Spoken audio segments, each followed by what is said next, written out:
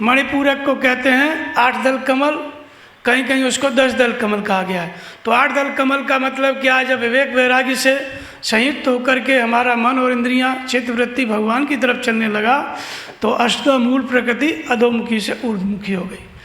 अष्टधा मूल प्रकृति गीता में बताई है, भूमि रापो नलो वायो खन मनो बुद्धिरेव च अहंकार इतिमा भिन्ना प्रकृति अष्टधा। ये 5 तत्व मन बुद्धि अहंकार, ये क्या है? अष्टधा मूल प्रकृति है।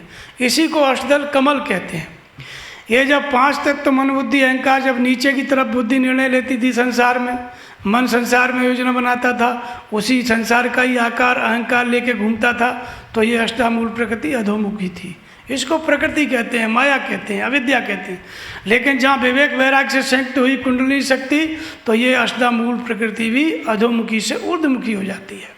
भगवान की तरफ बुद्धि का निर्णय, भगवान की तरफ मन लग गया और वही आकार अहंकार स्वयं के वास्तविक आकार के लिए, शिव स्वरूप के लिए वो प्रयत्न करने लग गया। और 5 तत्वों का जो शरीर है वो संसार से डिस्कनेक्ट होकर भगवान के भजन में लग गया। तो 5 तत्व और मन बुद्धि अहंकार, ये अष्टदल कमल है।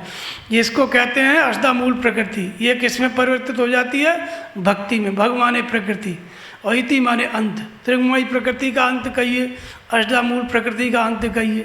तो ये अष्टधा मूल प्रकृति ये भक्ति में परिवर्तित हो गई, इसलिए अष्टदल कमल मतलब अष्टधा मूल प्रकृति अधोमुखी से ऊर्ध्वमुखी हो गई। तो ये 8 दल कमल। और फिर इसको क्या कहा गया? मणिपूरक। मणि माने भक्ति रूपी मणि, तात भगत मन उर्वश जाके और दुख लवलेशन सपने उताके। ये भक्ति क्या है? मणि की तरह है, पारदर्शी है। तो अष्टधा मूल प्रकृति अधोमुखी से ऊर्ध्वमुखी हो गई तो अष्टदल कमल खिल गया। अष्टधा मूल प्रकृति अधोमुखी से ऊर्ध्वमुखी, 8 दल कमल। इसी को कहीं कहीं 10 इंद्रियां अधोमुखी से ऊर्ध्वमुखी हो गई, 10 दल कमल भी कहा गया है। दोनों एक ही है,